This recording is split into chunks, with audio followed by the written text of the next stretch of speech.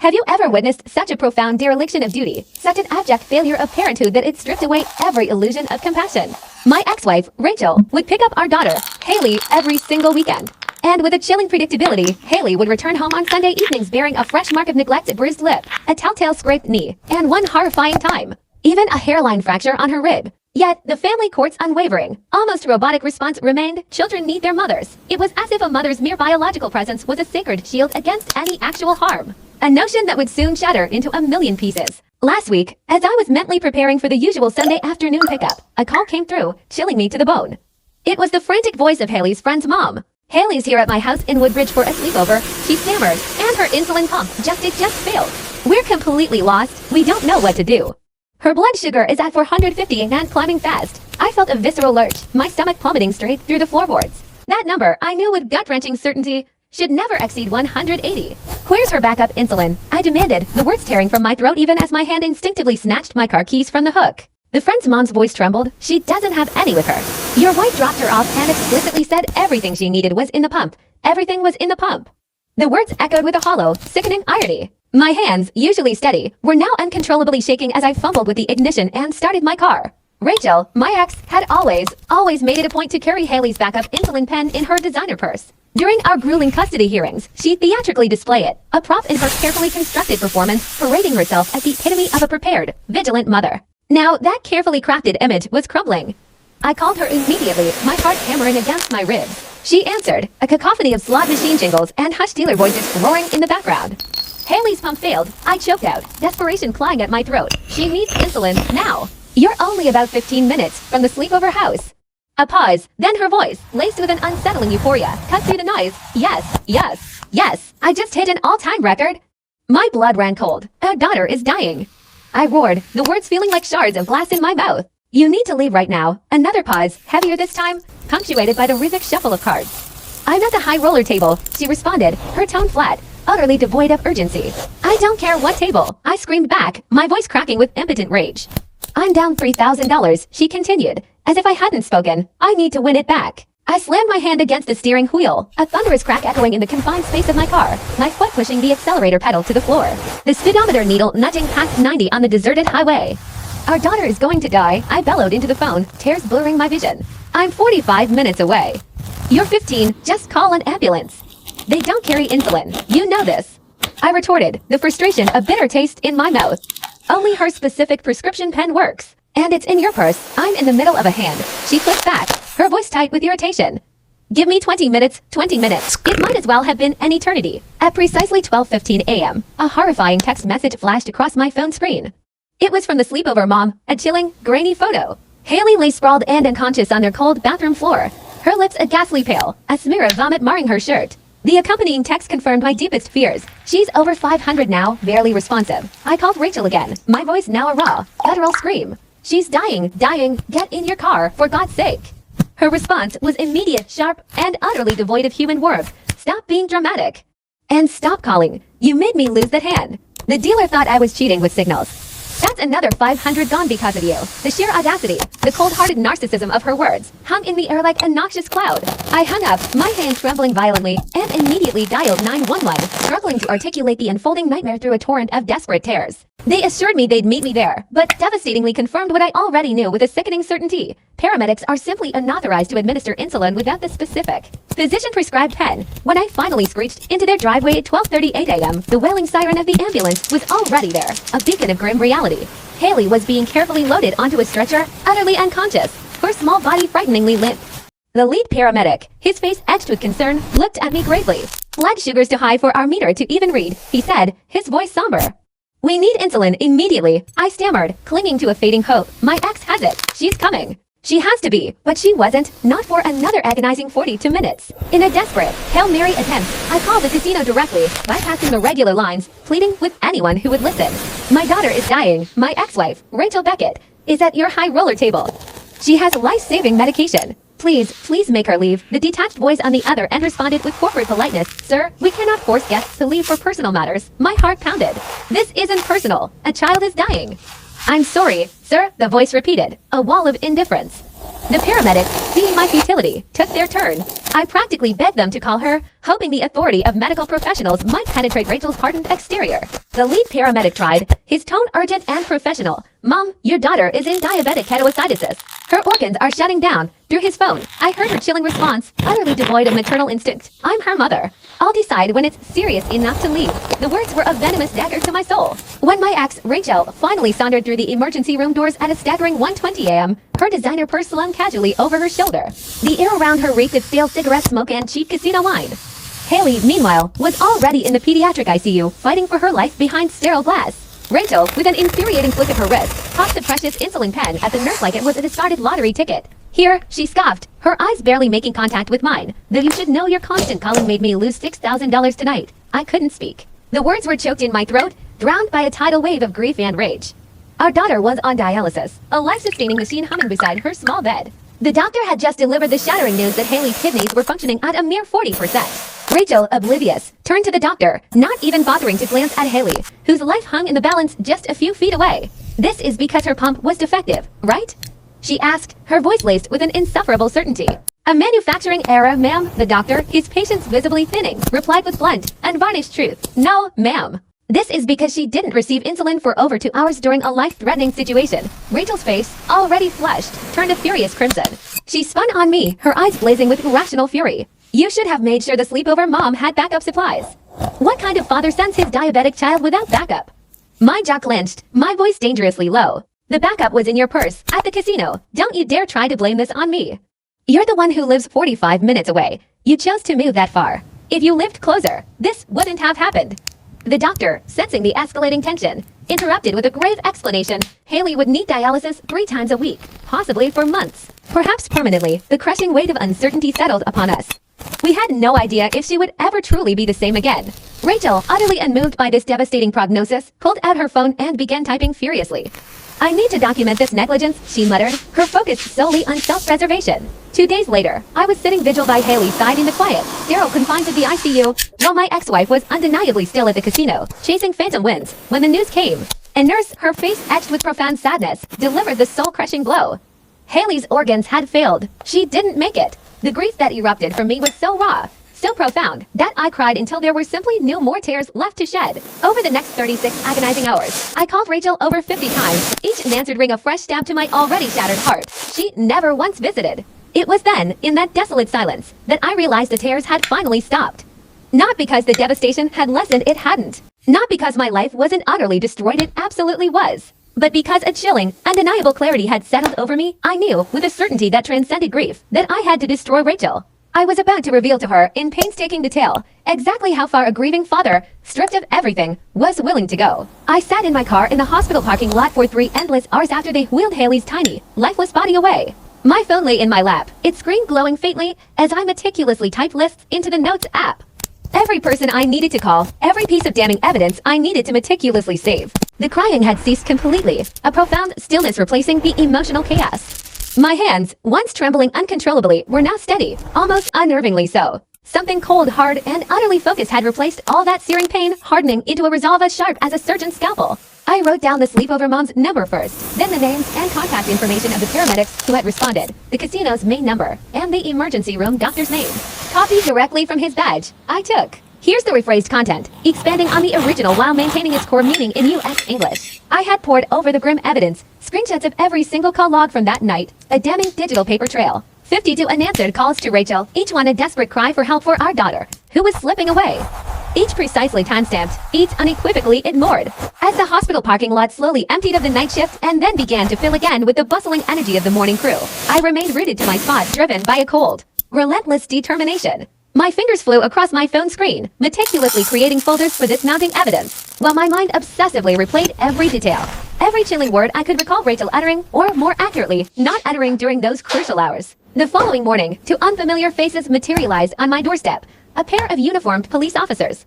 They explained, their voices somber, that they had obtained my address from the hospital. The older officer, his face edged with a weary solemnity, pulled out a pristine notebook, his pen poised, and asked me to recount, step by agonizing step, everything that had transpired. I laid bare my phone, displaying the stark reality of the call logs, a silent testament to her absence. I I provided them with the sleepover mom's contact information, emphasizing with a voice that barely wavered how Rachel had inexplicably lingered at the casino for more than an hour after being explicitly told that Haley was dying. They methodically jotted down every detail, promising to interview the other witnesses. Once their cruiser pulled away, leaving a gaping void of silence in its wake, I began the emotionally fraught task of calling my family. My sister answered on the third ring, her voice laced with expectation, which I shattered with the devastating pronouncement: Haley was gone. 10 minutes of raw, guttural sobs followed, an unrestrained outpouring of grief. But then, as I cautiously broached the subject of pursuing legal action against Rachel, a palpable quiet descended. Her voice, when it returned, was tight, distant. She declared she simply didn't want to get involved in our problems. My brother echoed the sentiment, as did my mom. Everyone offered their profound apologies, their heartfelt condolences, yet not a single soul was willing to pick sides, to stand with me against Rachel. Adding another layer to the crushing solitude, Rachel's own family wouldn't even answer my calls. I sat alone at my kitchen table, the once familiar sounds of my home now deafeningly quiet, the stark realization washing over me that I was utterly, irrevocably alone in this monumental battle. That very afternoon, a text from the sleepover mom, a beacon in the encroaching darkness. She asked if we could meet. I drove to a quaint coffee shop near her house, and she was already there, a solitary figure waiting, her eyes swollen and painfully red, a testament to her own tears. Without a word, she slid her phone across the table to me.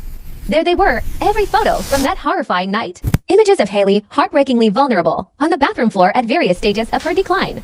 The cold, hard timestamps on each image screaming how rapidly she had deteriorated. Further down, texts between the sleepover mom and her husband, agonizing over whether to call 911, wrestling with a decision that would haunt them forever. Then, screenshots of her increasingly desperate attempts to reach Rachel. She confirmed she had already spoken with the police that morning, her voice thick with emotion, and vowed she would testify to anything I needed, a steadfast ally emerging from the wreckage. We both wept opally in that coffee shop, tears streaming, unashamed, oblivious to the curious stares of strangers.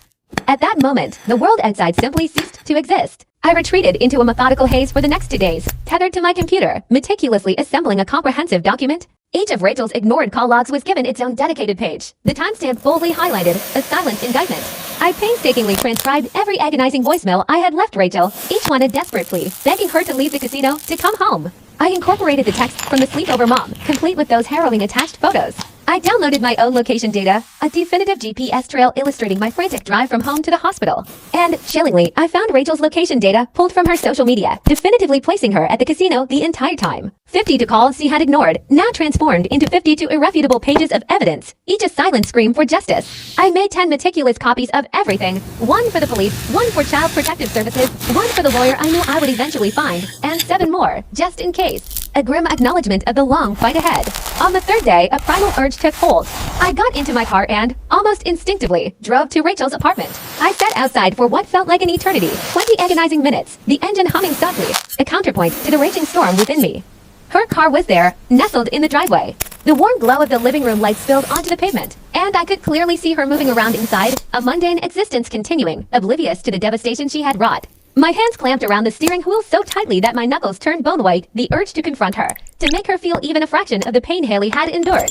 A searing inferno in my gut, but a cold shard of rationality cut through the rage. Getting arrested would solve nothing. It would only hinder any chance of justice. I drove home, the weight of my invented fury pressing down on me, and went straight to the garage. There, in the sterile silence, I swung my fist, once, twice, a third time, punching 3 jagged holes into the drywall. My knuckles bled freely, a small price to pay for the fleeting, desperate catharsis. It felt better, somehow, than doing nothing at all. Detective Cade Norris called me the very next day. He informed me, his voice carefully neutral, that he had been assigned to investigate the possibility of criminal charges. We met at the police station, a stark, sterile environment, where I handed him my weighty evidence binder. He flipped through the pages slowly, methodically, his expression growing progressively more serious with each damning piece of information. But then, he leaned back in his chair, a sigh escaping him, and explained the disheartening reality of the legal problem. Rachel, he pointed out, was not physically present when Haley fell ill. She hadn't actively, directly, hurt her. Proving criminal negligence when a parent was absent, he elucidated, was incredibly difficult, a high bar to clear in the eyes of the law. He assured me they would investigate, of course, but his words hung heavy in the air, a chilling warning. Don't expect fast results, or maybe any results at all. Undeterred, I filed a report with Child Protective Services that same week. The investigator who arrived at my home was a woman named Regina Norris, a striking coincidence, it turned out, as she was Kate's sister. She took my evidence binder, her gaze compassionate, and stated she would evaluate Rachel's fitness as a parent. I felt compelled to remind her, the words heavy with sorrow, that Haley was already gone, that there was no child left to protect. Regina, however, met my gaze with unwavering resolve. It doesn't matter, she said softly. This report will create an official record, a foundation that can support other legal actions. She seemed truly to care about what had happened, a rare and welcome sense of empathy. The inevitable, agonizing meeting with Rachel at the funeral home to make arrangements was a fresh wound. She arrived a full 45 minutes late, her disrespect a palpable presence.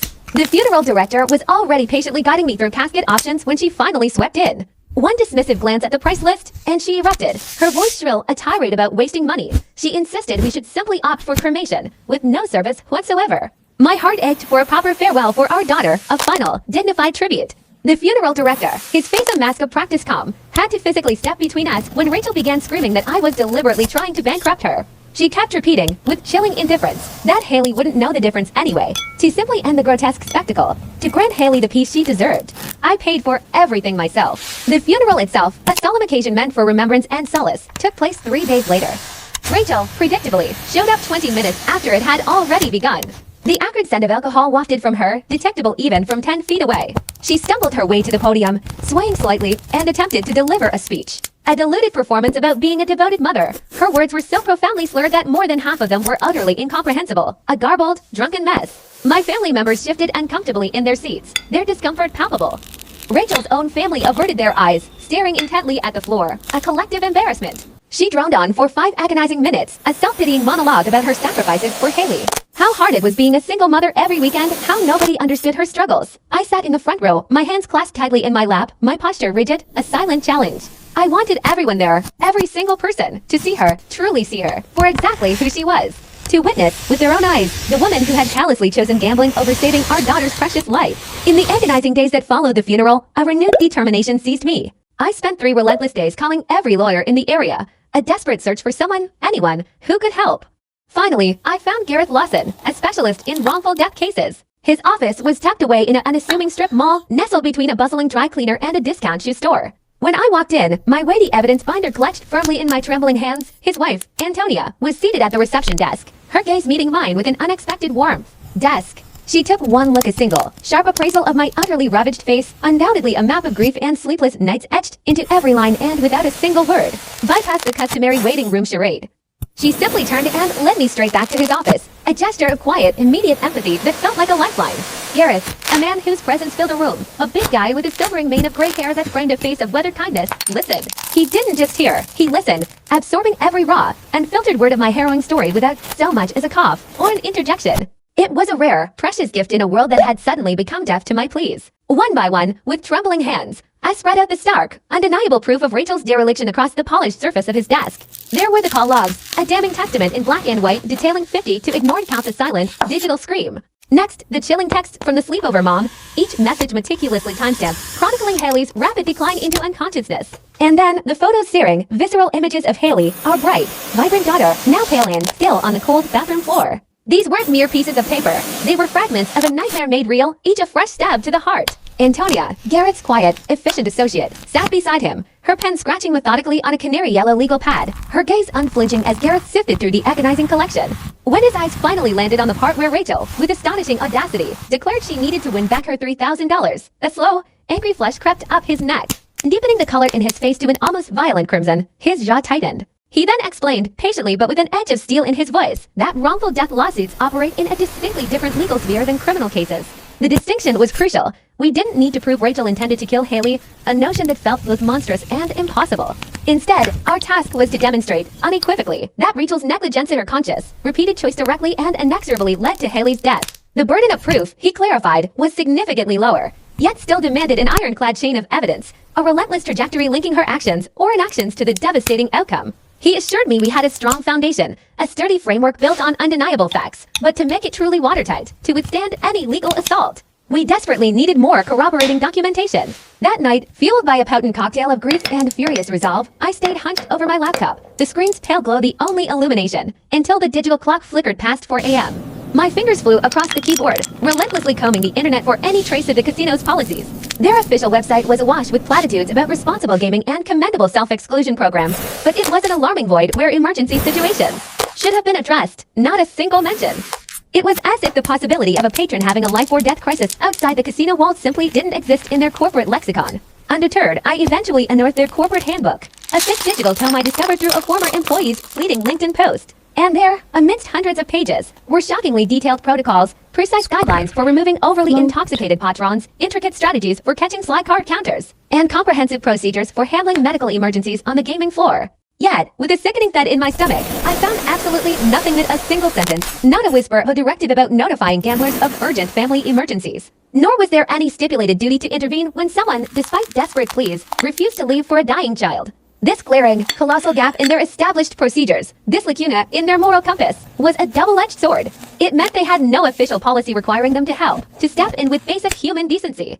But crucially, it also meant they had no policy preventing them from helping either. The absence of a negative could, in this twisted scenario, be twisted into a positive. I printed every relevant page, the stack growing heavy, and meticulously highlighted the critical sections, each bright yellow stroke emphasizing their institutional indifference. The very next morning, my determination hardened. I drove to the hospital records department. The fluorescent lights hummed, and the air was thick with the scent of sterile professionalism as I filled out the dense, formal request for all of Haley's medical files. The clerk, a harried woman behind thick spectacles, initially informed me it would take a standard 2 weeks for processing. But as I began to haltingly explain, the words catching in my throat precisely what had transpired, her expression softened. Without another word, she disappeared into the back, and a mere 20 minutes later, she reappeared, a thick folder cradled in her arms, everything. Over the next week, I retreated into a self-imposed isolation, painstakingly transcribing every single detail from that horrific night for Gareth. I started from the very first frantic call from the sleepover mom chronicling the unfolding tragedy in stark, unadorned prose. 20 pages of pure facts devoid of any emotional flourish. Simply a precise chronology of what happened and when. I included exact, word-for-word quotes from my increasingly desperate calls with Rachel, her callous responses burning themselves onto the page. I detailed what the casino employee, a faceless voice on the other end, had uttered when I had begged them to retrieve her. I even included the paramedics' quiet, regretful words about not being able to administer insulin on scene. Writing it all down, each sentence a hammer blow, forced me to see the horrifying, unobstructed line, an unbroken chain of cause and effect. Stretching from Rachel's conscious choice to stay at the casino to Haley's lifeless form in that sterile hospital bed.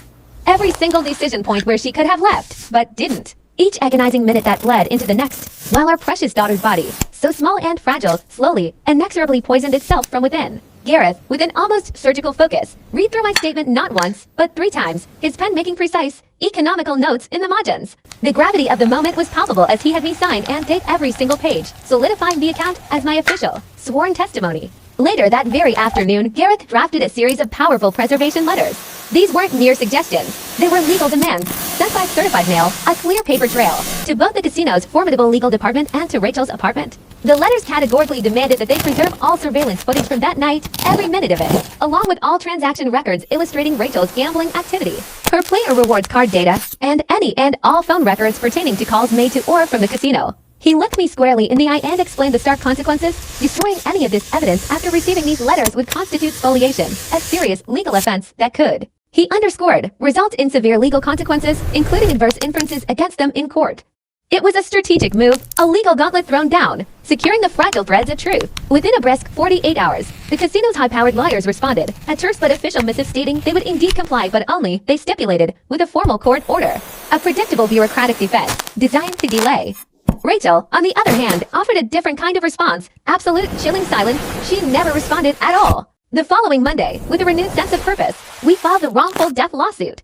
Gareth wasted no time, dispatching a seasoned process server to deliver the official papers to Rachel at her apartment. The server recounted the infuriating scene. He knocked persistently for a full 10 minutes, the sound echoing in the hallway, before she finally, reluctantly, answered. And then, in a fit of petulant rage, she threw the legal documents back at him, letting them scatter across the hallway floor, before slamming the door shut with a resounding finality. Undeterred, the server calmly collected the scattered papers, meticulously arranged them by her door, and left, a small victory for due process. It still legally counted as proper service. Gareth, ever the pragmatist, warned me that this was merely the opening salvo in what promised to be a long, emotionally taxing, and financially draining fight. But he added, a flicker of satisfaction in his eyes. At least we were doing something, actively pursuing justice, instead of simply sitting idly, consumed by an unbearable, passive grief. Just 2 days later, Regina Norris from CPS Child Protective Services called, her voice clipped but empathetic, to schedule a follow-up meeting with me. She had already conducted a home visit with Rachel, and while bound by strict confidentiality rules that prevented her from sharing explicit specifics, she did reveal that there were concerning findings regarding Rachel's living situation and, even more disturbingly, her priorities. These findings, she assured me, would be meticulously documented in her official report. Her voice, usually composed, carried an undeniable note of disgust when she obliquely mentioned discovering gambling receipts and empty wine bottles strewn about, a chilling tableau. juxtaposed against a refrigerator that, she stressed, contained no food. It was a stark, horrifying portrait of neglect. The very next week, the indignity escalated. I was served with yet another set of papers, this time at work, in the full, mortifying glare of my co-workers. Rachel, it turned out, had filed for a restraining order against me, cynically claiming I was harassing her with threatening phone calls and persistently showing up at her apartment. It was a complete, outrageous fabrication, an audacious pack of lies, given that I hadn't made a single attempt to contact her since Haley's funeral. But truth, in the legal arena, often needs defending. I was forced to once again hire Gareth to defend against this spurious claim, which, inevitably, meant another substantial retainer fee, a sum I could barely afford. That very weekend, with a heavy heart and a profound sense of sacrifice, I sold my beloved motorcycle, trading the roar of the engine for the quiet, grinding wheels of justice. It was a painful transaction, but a necessary one to cover the escalating legal costs. Driven by a relentless need for answers, for any leverage I could find, I scoured the internet once more, digging into the casino's labyrinthine corporate structure. My search finally led me to their compliance officer, a woman named Nora Kemp. I called her office directly, bypassing layers of bureaucracy, and left a detailed message, calmly explaining who I was and my desperate need to discuss their emergency notification policies. She returned my call the following day, her tone guarded and defensive from the outset. Without prompting, she immediately launched into a carefully rehearsed spiel, asserting that the casino had no legal obligation to intervene in patrons' personal matters. But when I, with a sudden surge of adrenaline and a voice that refused to break, under intense scrutiny, when pressed on whether their establishment had thoroughly reviewed its policies in the wake of a child's tragic death, a death directly linked to one of their patrons' refusal to leave the premises, the casino representative reluctantly conceded. Her posture stiffened, her gaze slightly averted, as she admitted that, yes, an extensive internal review was indeed underway. She then formally agreed to a follow-up meeting the very next week, a concession that felt less like an act of goodwill and more like a necessary strategic maneuver. In the interim, a burning urgency drove me to action. I immediately contacted the insulin pump manufacturer, seeking every scrap of data from Haley's device, specifically requesting the full 48-hour activity log leading up to her passing. What arrived a few days later from their technical team was a chillingly detailed report and objective recounting of a desperate struggle. It unequivocally showed the pump had emitted a staggering 17 urgent alarms, beginning at precisely 11:45 that night. Each of these wasn't a mere notification. It was a demand, a critical alert requiring manual acknowledgement and immediate intervention with backup insulin. The alarms didn't merely persist, they escalated in intensity, each successive warning growing more insistent, more dire, culminating in the final, piercing shrieks that explicitly flagged life-threatening blood sugar levels. This irrefutable evidence painted a horrifying picture. Rachel had been inundated with clear, repeated, and escalating warnings that Haley desperately needed help, yet with a chilling indifference. She had chosen to ignore every single one. The very next morning, Garrett's call offered a sliver of hope. His voice was firm, resolute, cutting through the haze of my despair. He was already drafting subpoenas, he explained, targeting the casino directly. He intended to secure their surveillance footage from that fateful night, a visual testament to Rachel's presence and duration, along with every detail of Rachel's player rewards data, which would meticulously log her time spent there and her specific activities at the gaming tables. Predictably, the casino's legal team immediately sprang into action, filing motions to quash the subpoenas, cloaking their resistance in the convenient guise of customer privacy and a specious claim that they had no duty to preserve evidence. But Gareth, ever the strategist, had anticipated this defensive parry. He had already armed himself with meticulously crafted counterarguments, asserting unequivocally that the surveillance footage constituted material evidence in a wrongful death case, a legal linchpin too significant to be dismissed. After 3 arduous weeks of a relentless legal back and forth, a bureaucratic dance of filings and counterfilings, the judge finally, decisively, ordered the casino to comply, demanding that they turn over every requested item within a tight 10-day window. It was a small, hard-won victory in a battle that still felt overwhelmingly lopsided. Concurrent with the legal skirmishes, I made the emotionally taxing drive to the sleepover mom's house. Accompanying me was Antonia, Garrett's exceptionally capable paralegal wife, who arrived with a thick sheaf of papers, necessary forms for a sworn affidavit. The mom, still visibly haunted by the events of that night, her hands trembling uncontrollably, painstakingly signed page after page. Each signature sealed her agonizing testimony, detailing precisely what she had witnessed, every excruciating second. She recounted Rachel's chillingly exact words on the phone when she had desperately called, begging her to bring the insulin. She described the horrifying rapidity of Haley's decline, how my daughter had transitioned from a coherent, talking child to an unconscious, unresponsive figure in less than an hour. And then, the most agonizing detail, she recounted having to hold my daughter's hair back as Haley vomited, a final, desperate act before losing consciousness completely, slipping away from us. Antonia, with a professional yet empathetic demeanor, meticulously recorded everything on her phone, ensuring that every minute detail of the timeline and Haley's deteriorating condition was officially documented, preserved for the unforgiving scrutiny of the legal process. That very same week, a fresh wave of disbelief and anger washed over me as I discovered Rachel had begun posting about Haley's death on Facebook. Her posts were meticulously crafted narratives, twisting every fact, every detail, to cast herself in the role of the ultimate victim. She penned lengthy, self-pitying screeds about how I, as the father, should have lived closer to be responsible, how I should have ensured the sleepover family had backup supplies, and how the insulin pump company, not her, was really to blame for the malfunction. It was a brazen, sickening display of gaslighting and deflection. The most galling part, some of our mutual acquaintances, swayed by her manipulative prose and perhaps unaware of the harrowing truth, actually bought her lies, commenting with effusive expressions of sympathy for her. Conversely, others who knew the horrifying reality of Rachel's negligence remained conspicuously silent, opting to avoid getting involved in the drama, a chilling testament to the paralysis of passive observation. But I was not silent. With a cold, clinical determination, I screenshotted every single post, every insidious word, before she could inevitably delete them, adding them to my ever-growing evidence folder, a digital archive of her deceit. The call from District Attorney Damon Hunt felt like a moment of reckoning. He summoned me for a meeting concerning potential criminal charges, and I arrived armed with every piece of documentation, every shred of evidence, clutching onto the desperate hope that he would issue an immediate arrest warrant for Rachel. He spent painstaking hours poring over every document, his expression unreadable, before he began to speak. He explained, with a measured gravity, that criminal negligence resulting in death carried an extraordinarily high burden of proof. The prosecution, he elaborated, would need to prove beyond a reasonable doubt that Rachel not only knew her actions or inactions would likely result in death, but that she chose to proceed regardless. The distinction between mere negligence and a conscious disregard for life, he made clear, was a chasm in the eyes of the law. While they were opening a formal investigation, he cautioned it could stretch on for many months before a decision on filing charges would even be made. And even then, he added, the conviction rates for such complex cases were notoriously low. I left his office utterly deflated, the weight of legal reality crushing my initial hopes for swift justice. Yet, he did offer a final, small reassurance, promising that his office was taking the matter seriously and would conduct a thorough investigation. 2 days later, I found myself in Henrietta Carlson's therapy office for my first appointment, a hesitant step towards healing. For the better part of an hour, I unburdened myself, describing in raw and varnished detail the myriad ways I fantasized about making Rachel suffer for what she had done. I spoke of the insidious pull of driving past her apartment late at night, of the dark rabbit holes I explored online, researching things I knew I shouldn't, fueled by the pure, unadulterated rage that consumed me with every waking breath.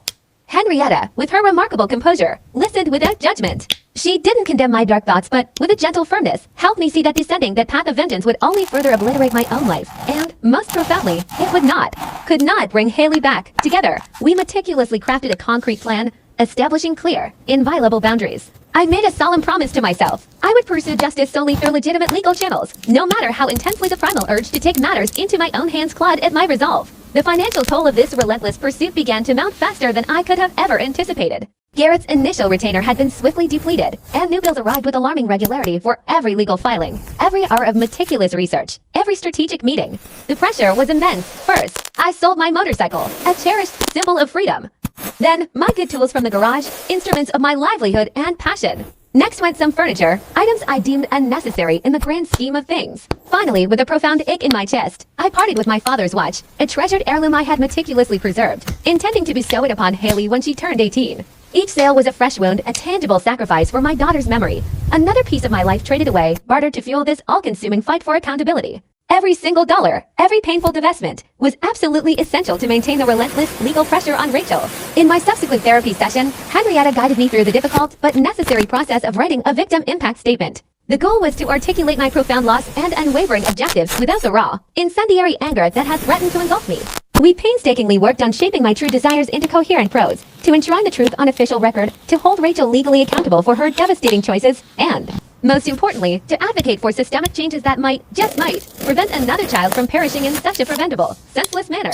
Having these specific, tangible objectives meticulously documented proved transformative, helping to channel my consuming rage into something far more focused, purposeful, and, ultimately, constructive. Then came the call from Nora, a casino representative, seeking to schedule a virtual meeting to discuss their policies. Garrett, sensing a potential opening, dedicated hours to meticulously preparing me. He armed me with incisive questions regarding their duty of care when patrons are alerted to emergencies involving children on their property. Our research was exhaustive, unearthing similar cases and legal precedents that underscored businesses' moral, if not always explicitly legal, obligations to render assistance in dire emergencies. We carefully assembled a comprehensive dossier demonstrating precisely how the casino's refusal to intervene had undeniably contributed to Haley's death. However, during the actual meeting, the casino's management team presented a facade of glacial indifference, a cold, corporate detachment. They steadfastly insisted that they possessed no authority to compel patrons to leave for personal matters and bore no obligation to intervene in family emergencies. They iterated and reiterated their pre-rehearsed talking points. Their security personnel, they claim, could not physically remove a customer not actively violating casino rules, as such an act would inevitably expose them to lawsuits. They even went so far as to assert they had no verifiable means to ascertain the authenticity of emergency phone calls. Their rigid adherence, the complete lack of humanity displayed by those involved, and icy indifference to a child's suffering, made my resolve burn even hotter, sharpening my determination to relentlessly pursue every avenue available to hold them accountable. Fresh from that agonizing meeting, I plunged into a 3-day marathon, meticulously crafting an exhaustive complaint to the Gaming Commission.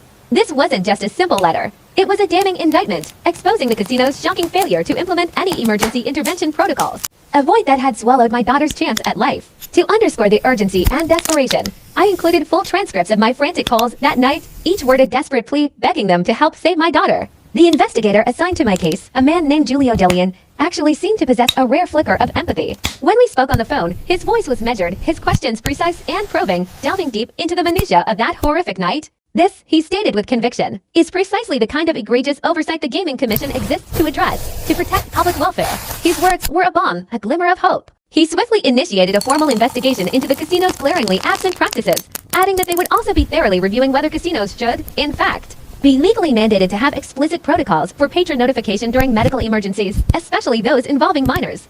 Imagine, a protocol that could have saved Haley. Just 2 weeks after that conversation with Giulio, I returned home from work, my mind still reeling from the day's tasks, to find a thick, official-looking envelope from CPS bulging in my mailbox. A chill snaked up my spine. My hands, usually steady, trembled uncontrollably as I tore it open right there on my front porch, the mundane sounds of the neighborhood fading into a dull roar. My eyes darted past the dense, formal legalistic language, frantically searching for the core pronouncement, the verdict that truly mattered.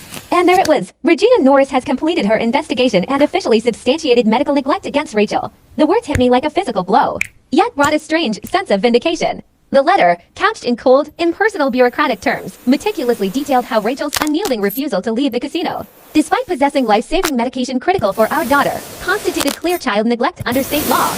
I reread it, not once, not twice, but 3 times, letting the gravity of the official pronouncement sink in before finally going inside. Immediately, I scanned the document, my fingers flying across the keyboard, and dispatched copies to Gareth and Antonia. No, these weren't criminal charges. Regina had been crystal clear about that from our very first interaction. But to have an official government agency, an impartial arbiter, unequivocally confirm that Rachel's actions had directly led to our daughter's death, it felt like the first real, undeniable victory in what had been an endless, agonizing string of defeats. I carefully placed the original letter into my overflowing filing cabinet, nestled amongst all the other damning evidence. Another potent piece of ammunition meticulously collected for the impending civil case. The very next morning, Gareth summoned me into his office, where a formidable stack of papers lay spread across his massive conference table. A silent testament to weeks of relentless legal maneuvering. The phone records of Rachel's carrier had finally been pried loose after what felt like an eternity of legal back and forth, and they painted an utterly damning, indisputable picture. The location data, stark and unforgiving, showed Rachel arriving at the casino at 8:47 p.m. and not departing until 1:08 a.m. Hours after Haley was already clinging to life, rapidly succumbing in the sterile confines of the IQ and the call logs. They were a brutal narrative of callous indifference. Every single one of my 50 to desperate calls went unanswered, each ringing for mere seconds before being deliberately declined. Gareth, his jaw tight, pointed to specific timestamps, unequivocally demonstrating Rachel actively rejecting my frantic calls, often in the very same minute she was making base. The casino's transaction records lining up perfectly with the declined calls like a macabre dance. We spent 3 grueling hours, heads bent together, meticulously constructing a timeline chart, a visual representation that pinpointed Rachel's exact location and activities, contrasting them with the agonizing progression of our daughter's organs shutting down. Antonia, with her sharp eye for detail, took countless photos of everything and immediately began organizing it into our master file, while Gareth, ever the strategist, I actually thought, foolishly perhaps, that things were finally, definitively moving in the right direction. Then, 4 days later, the process server showed up at my door, a grim harbinger of renewed conflict. Rachel was countersuing me. The claims, emotional distress, defamation, and harassment, demanding a staggering $200,000 in damages. Her attorney, a man named Edward Doyle, had clearly invested considerable effort in crafting a malicious narrative, painting me as nothing more than a vindictive ex-husband, cruelly exploiting our daughter's tragic death as a weapon to systematically destroy Rachel's life out of sheer spite. The lawsuit outrageously claimed I had orchestrated an elaborate campaign of harassment, weaponizing CPS, the Gaming Commission, and even social media to systematically ruin her reputation and mental health. My knuckles white, gripped so tightly around the steering wheel my fingers ached. I drove straight to Garrett's office. The thick sheaf of legal papers a burning weight on the passenger seat. He read through them with an impressive speed, occasionally shaking his head, a wry, humorless smile playing on his lips at some of the more preposterous claims. He then calmly reassured me that this was, regrettably, a common defensive tactic, a desperate attempt to deflect and retaliate. We would, of course, have to respond formally, which, he added, would inevitably mean more legal fees, a financial burden I could barely afford. But, he concluded, judges typically saw right through these transparent revenge lawsuits. The hearing for Rachel's countersuit convened 2 weeks later in a small, impersonal courtroom downtown.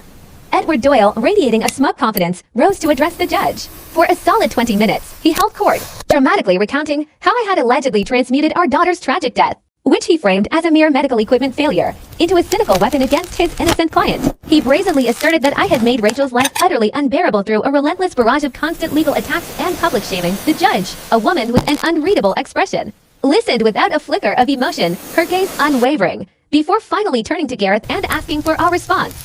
Gareth, ever the epitome of calm, rose and methodically presented our case. He laid out the damning CPS finding, the irrefutable phone records, and the meticulously constructed timeline of events, explaining, with precise clarity, that every single legal action I had taken was not a vendetta, but a legitimate, necessary response to Rachel's documented, undeniable neglect. After an hour of intense, terse arguments, the judge rendered her ruling. She dismissed the overwhelming majority of Rachel's outrageous counterclaims, a huge relief. However, she did issue a critical order. All future communication between us, effective immediately, had to be strictly funneled through our respective attorneys. No direct contact whatsoever, no phone calls, no emails, no texts, no in-person confrontations. Violations, she sternly warned, would be punishable by contempt of court. A part of me, the raw, winded part, seethed with frustration, knowing Rachel could potentially exploit this new barrier to further evade accountability. But another, more rational part, felt an undeniable surge of relief, recognizing it effectively removed the powerful, almost irresistible temptation to confront her directly, to unleash the torrent of grief and anger that constantly simmered beneath my carefully maintained composure. That Thursday, I sat in Henrietta's office for our weekly therapy session, the familiar hum of the city outside a distant drone. Finally, after weeks of internal struggle, I admitted something I had been meticulously hiding, a dark secret that gnawed at my conscience. I had been having dreams, vivid and disturbingly detailed, about hurting Rachel's specific, brutal scenarios that left me shaken and terrified upon waking. Sometimes, in the cold grip of a nightmare, I would imagine myself storming into the casino, grabbing her by her hair, and dragging her out, a furious, primal rage consuming me. Other times, the dreams would shift, morphing into scenarios where I was setting her apartment ablaze, watching the flames consume her life, or, more terrifyingly, running her car off the road. Henrietta, with her profound wisdom and unwavering compassion, didn't judge. Not a flicker of condemnation crossed her face. Instead, she simply helped me understand these terrifying visions as normal, albeit extreme, grief responses, potent expressions of unimaginable pain that desperately needed healthy, constructive outlets. We dedicated the entire session to the arduous but ultimately cathartic work of channeling that violent, destructive energy into productive legal strategies and focused advocacy work. She had me articulate each violent fantasy, forcing me to confront its raw power, and then, crucially, rewrite it, transforming it into a concrete, actionable legal step I could actually take. The fantasy of a physical confrontation, so visceral and primal, became the painstaking preparation for depositions, meticulously building our case.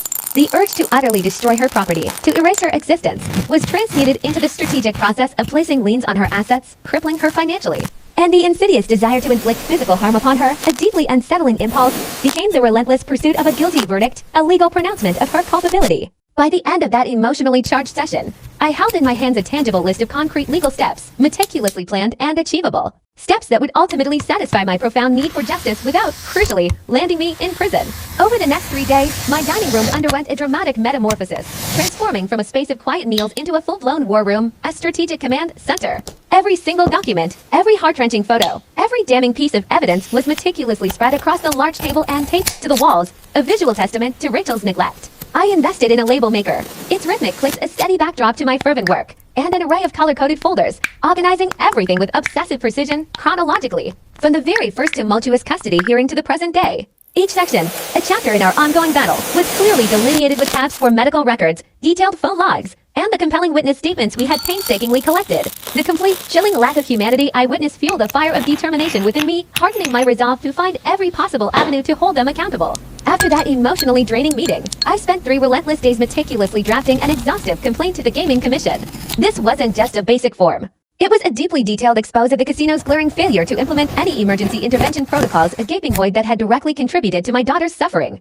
To paint a vivid picture of the sheer desperation, I included full transcripts from my frantic calls that night, each word a desperate, fleeting attempt to save my daughter's life. The investigator assigned to my case, a man named Giulio Delian, actually seemed to possess a rare spark of genuine concern when we spoke on the phone. He didn't just listen, he asked incredibly detailed, insightful questions, his tone conveying a quiet seriousness. He emphatically stated that this was exactly the kind of egregious oversight the Gaming Commission was chartered to address, to vigilantly protect public welfare. With impressive efficiency, he opened a formal investigation into the casino's negligent practices. He even went a step further, indicating they'd be reviewing whether casinos should be legally mandated to have explicit protocols for patron notification during medical emergencies, especially when minors are involved. Can you imagine the potential impact of such a requirement? Just 2 short weeks after that conversation with Giulio, I returned home from work to find a thick, official-looking envelope from CPS waiting ominously in my mailbox.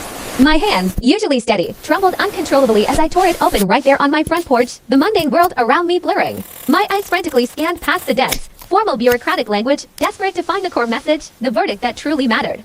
And there it was, stark and undeniable. Regina Norris had completed her investigation and officially substantiated medical neglect against Rachel. The letter, written in cold, almost sterile bureaucratic terms, meticulously laid out how Rachel's unyielding refusal to leave the casino, despite possessing critical life-saving medication for our daughter, constituted child neglect under state law. I read it 3 times, letting the official weight of the words sink in, before I could even bring myself to go inside. Immediately, I scanned it and sent copies to Gareth and Antonia. No, these weren't criminal charges. Regina had been crystal clear about that from our very first conversation. But having an official government agency, an impartial third party, unequivocally confirm that Rachel's actions had directly led to our daughter's death, it felt like the first real, undeniable victory in what had been months of agonizing, often fruitless, struggle. I carefully placed the original document in my filing cabinet, nestled amongst all the other accumulating evidence, another crucial piece of ammunition for the impending civil case. The very next morning, Gareth called me into his office, where a formidable stack of papers lay spread across his massive conference table, a silent testament to weeks of legal maneuvering. The phone records from Rachel's carrier had finally come through, after weeks of frustrating legal back and forth, and they painted an absolutely damning, indisputable picture. The precise location data showed Rachel arriving at the casino at 8:47 p.m. and not departing until 1:08 a.m., well after Haley was already succumbing in the ICU. The call logs were a brutal narrative of callous indifference. Every single one of my 52 desperate calls went unanswered, each ringing for only seconds before being deliberately declined. Gareth, his expression grim, pointed to specific timestamps, unequivocally showing Rachel actively rejecting calls while simultaneously making baits. The casino's transaction records lining up perfectly with the declined calls like a macabre, synchronized dance. We spent 3 grueling hours, heads bent together, meticulously creating a timeline chart. A stark visual representation that showed exactly where Rachel was and precisely what she was doing during the agonizing hours our daughter's organs were shutting down. Antonia, ever efficient, took numerous photos of everything and immediately began organizing it into our master file, while Gareth, the strategist, explained in detail how we'd leverage this irrefutable evidence during depositions. I actually thought, perhaps naively, that things were finally moving in the right direction. Then, 4 days later, the process server showed up at my door, shattering that fragile sense of progress. Rachel was countersuing me, alleging emotional distress, defamation, and harassment, and brazenly seeking a staggering $200,000 in damages. Her attorney, a man named Edward Doyle, had clearly invested considerable effort in crafting a venomous narrative, painting me as a vindictive ex-husband, cynically using our daughter's death to systematically destroy Rachel's life out of sheer spite. The lawsuit outrageously claimed I'd orchestrated a relentless campaign of harassment, weaponizing CPS, the Gaming Commission, and even social media to systematically ruin her reputation and mental health. My knuckles white, gripped so tightly around the steering wheel my fingers ached. I drove straight to Garrett's office. The thick sheaf of legal papers a burning weighed on the passenger seat. He read through them quickly, shaking his head at some of the more ludicrous claims, then calmly assured me this was a regrettably common defensive tactic, a desperate attempt to deflect blame. We would, of course, have to respond formally, which, he added, meant more legal fees, a financial burden I could barely afford.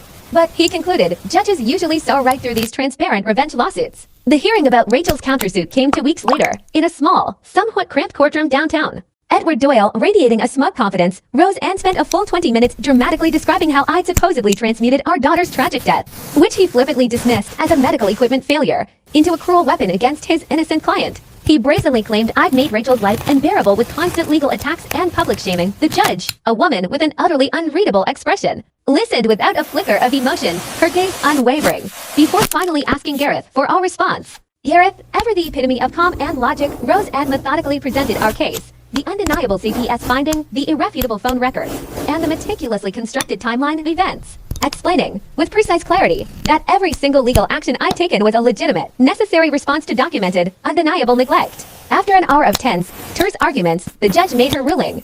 She dismissed the overwhelming majority of Rachel's baseless counterclaims, a huge relief. However, she did issue a critical order. All future communication between us, effective immediately, had to be strictly funneled through our respective attorneys. No direct contact whatsoever, no phone calls, no emails, no texts, no in-person confrontations with violations punishable by contempt of court. A part of me, the raw, winded part, seethed with frustration, knowing Rachel could potentially exploit this new barrier to further evade accountability. But another, more rational part, felt an undeniable surge of relief, recognizing it effectively removed the powerful, almost irresistible temptation to confront her directly, to unleash the torrent of grief and anger that constantly simmered beneath my carefully maintained composure. That Thursday, I sat in Henrietta's office for our weekly therapy session, the familiar hum of the city outside a distant drone. Finally, after weeks of internal struggle, I admitted something I had been meticulously hiding, a dark secret that gnawed at my conscience. I had been having dreams, vivid and disturbingly detailed, about hurting Rachel specific, brutal scenarios that left me shaken and terrified upon waking. Sometimes, in the cold grip of a nightmare, I would imagine myself storming into the casino, grabbing her by her hair, and dragging her out, a furious, primal rage consuming me.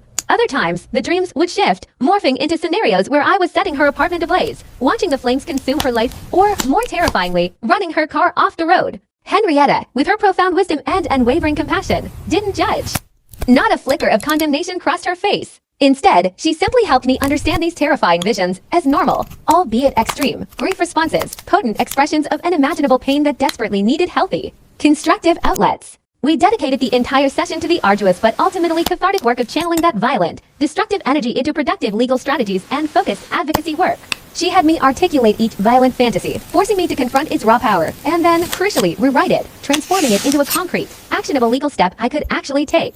The fantasy of a physical confrontation, so visceral and primal, became the painstaking preparation for depositions, meticulously building our case. The urge to utterly destroy her property, to erase her existence, was transmuted into the strategic process of placing liens on her assets, crippling her financially. And the insidious desire to inflict physical harm upon her, a deeply unsettling impulse, became the relentless pursuit of a guilty verdict, a legal pronouncement of her culpability. By the end of that emotionally charged session, I held in my hands a tangible list of concrete legal steps, meticulously planned and achievable. Steps that would ultimately satisfy my profound need for justice without, crucially, landing me in prison. Over the next 3 days, my dining room underwent a dramatic metamorphosis, transforming from a space of quiet meals into a full-blown war room, a strategic command center. Every single document, every heart-wrenching photo, every damning piece of evidence was meticulously spread across the large table and taped to the walls, a visual testament to Rachel's neglect. I invested in a label maker. Its rhythmic clicks a steady backdrop to my fervent work, and an array of color-coded folders, organizing everything with obsessive precision, chronologically, from the very first tumultuous custody hearing to the present day. Each section, a chapter in our ongoing battle, was clearly delineated with tabs for medical records, detailed phone logs, and the compelling witness statements we had painstakingly collected, and an overwhelming mountain of legal filings.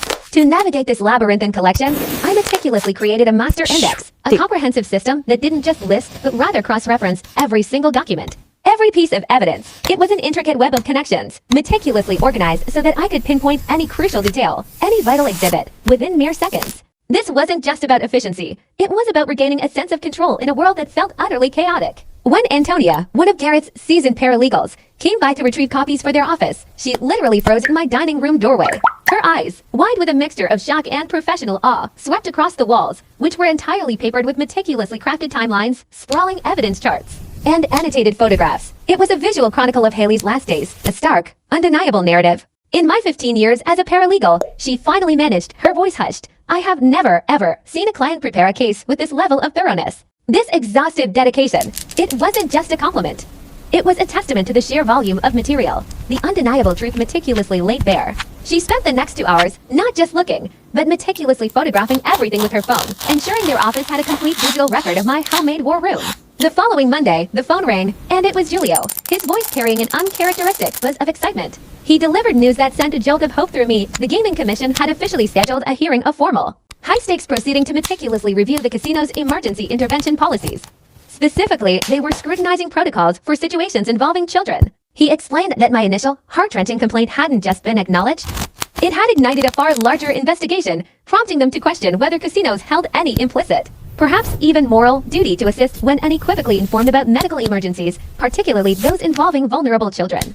The hearing, he relayed, would convene in 3 weeks, and they wanted me to be there, to stand before the commission and provide my first-hand testimony about the horrifying events of that night. The gravity of the request settled over me, compelling me into action. I spent the remainder of that day immersing myself in legal research, frantically searching for precedents. My diligence paid off. I uncovered 3 distinct instances in other states where casinos had been held demonstrably liable for their egregious failure to respond appropriately to emergencies within their establishments. These findings provided a glimmer of legal leverage, a tangible path forward. Later, while meticulously poring over Rachel's social media accounts, sifting through a deluge of selfies and casual posts, a seemingly innocuous detail in the background of one photo snagged my attention, pulling me up short. There, taped conspicuously to her apartment door, was an eviction notice stark white against the faded wood. It was clear she hadn't noticed it, or perhaps had simply chosen to ignore it, in her haste to capture her own image.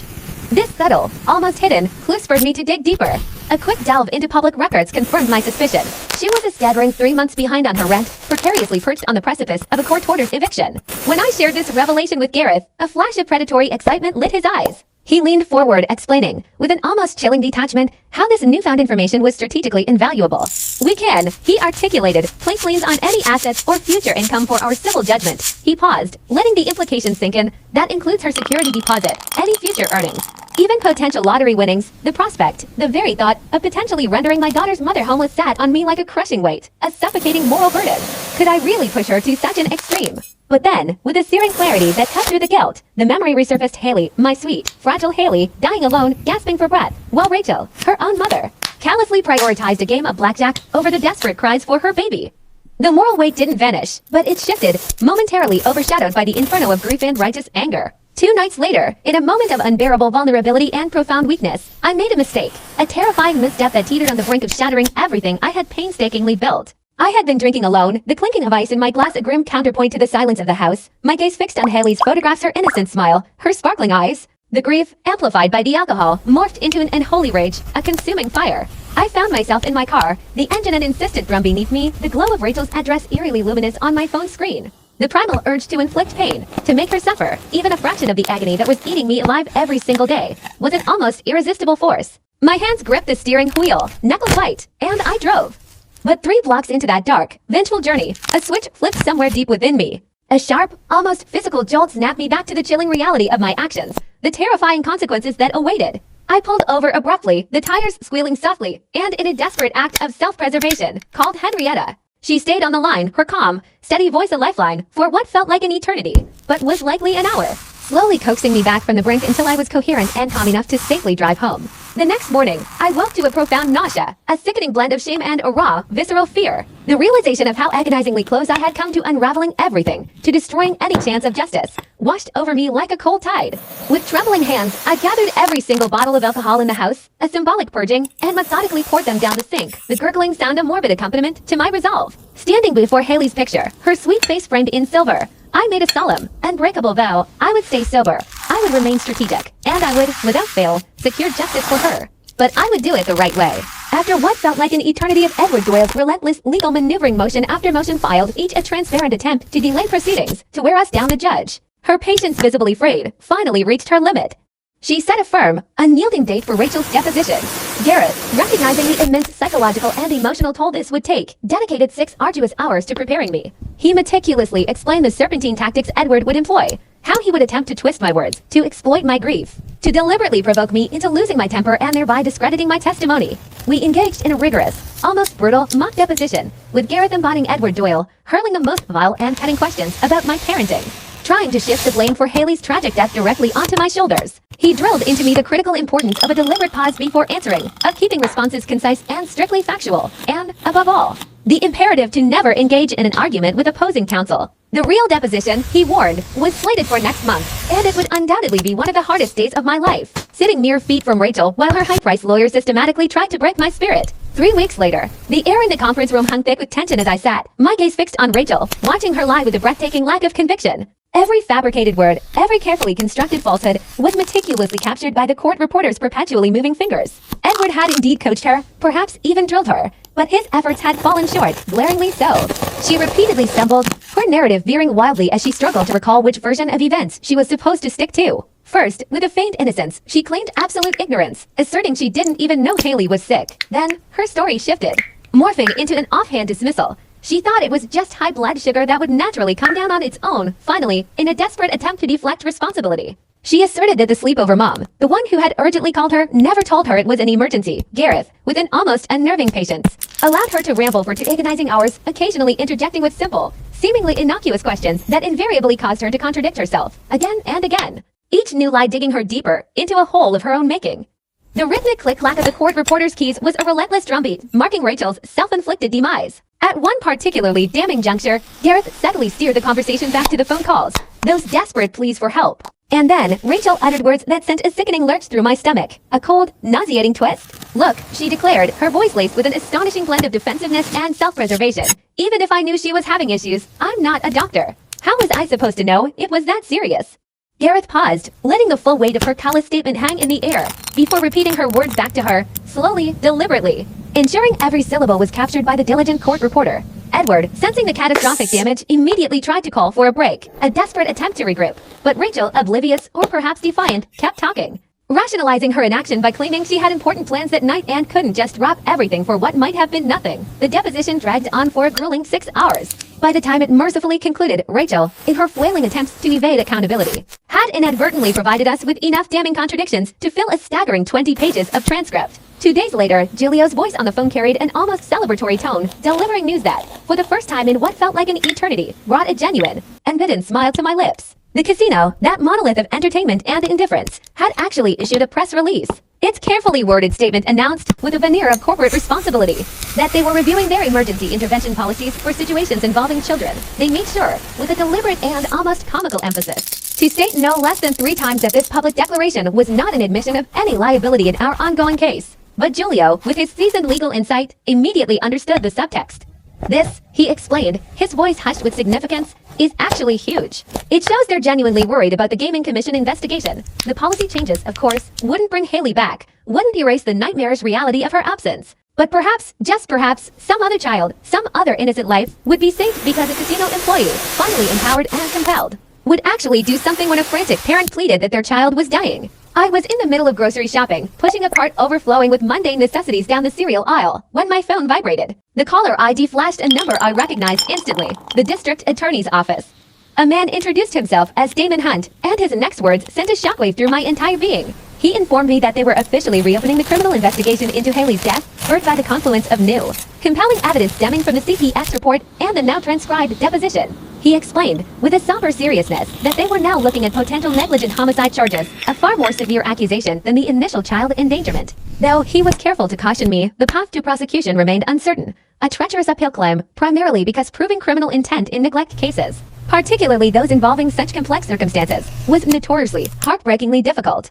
My grocery cart, abandoned mid-aisle, stood like a silent sentinel. I retreated to my car, the interior suddenly a suffocating cocoon, and sat there for 20 long, disorienting minutes, trying to process the monumental implications of what I had just heard. Real criminal charges, not just the abstract realm of civil lawsuits, actual, tangible accountability, potentially facing severe legal consequences that could very well include substantial jail time, a prospect he clearly found intolerable. The very next morning, the shrill ring of my phone at 6 a.m. shattered the pre-dawn quiet, and I knew instantly, with a cold dread, that Gareth's early calls never heralded anything but dire news. My fears were confirmed when Gareth relayed a distraught message from the sleepover mom, who had contacted him in pairs. Rachel, in an audacious and alarming move, had appeared at her doorstep the previous evening, not with an apology, but with a chilling demand to recant her sworn testimony. Rachel had apparently unleashed a torrent of threats, asserting she would sue the woman for failing to personally transport Haley to the hospital, despite the chaotic circumstances. Furthermore, she chillingly vowed to make her life hell if she dared to proceed with her testimony in court. Was this a desperate act, or simply Rachel's true nature unmasked? Fortunately, the sleepover mom, exhibiting remarkable presence of mind under duress, had been shrewd enough to capture every damning word and action on her doorbell camera. She had already taken the proactive step of filing a detailed police report, leaving Rachel's brazen intimidation tactics meticulously documented. It came as no surprise then that within mere hours, new charges of witness tampering were swiftly added to Rachel's already burgeoning and increasingly complex list of legal entanglements. One could only imagine the sheer professional agony Edward, her lawyer, must have been enduring.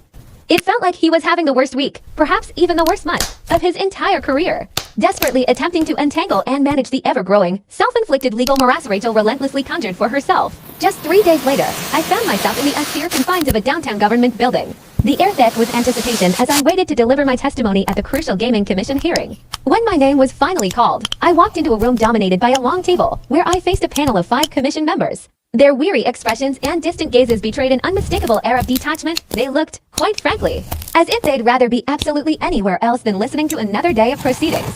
Swallowing hard, I began to speak, recounting the agonizing details of that fateful night, my frantic calls to the casino, my desperate, pleading pleas for them to somehow compel Rachel to leave the gambling floor and bring Haley the life-saving insulin. I wanted them to truly see the urgency, the sheer panic of those moments. To illustrate the unbearable contrast, I carefully laid out a series of photographs. First, the vibrant, joyful images of Haley from her last birthday, her infectious smile beaming. Then, with a heavy heart, I displayed the stark, clinical photos from the IQ tubes, wires, the fragile reality of a child on the brink. As I spoke, explaining in excruciating detail how a seemingly simple, yet tragically absent, policy requiring casino staff to promptly notify parents of any medical emergency could have, without a shadow of a doubt, saved my daughter's life, I watched, transfixed, as the initial indifference on their faces slowly, profoundly morphed into expressions of genuine empathy, some even tinged with discernible sorrow. By the time I concluded my harrowing account, one of the commissioners, a woman with kind eyes, actually had tears welling up in her own. The chairman, his voice somber, assured me that my testimony would be taken under the most serious consideration as they deliberated new, potentially life-saving regulations for the industry.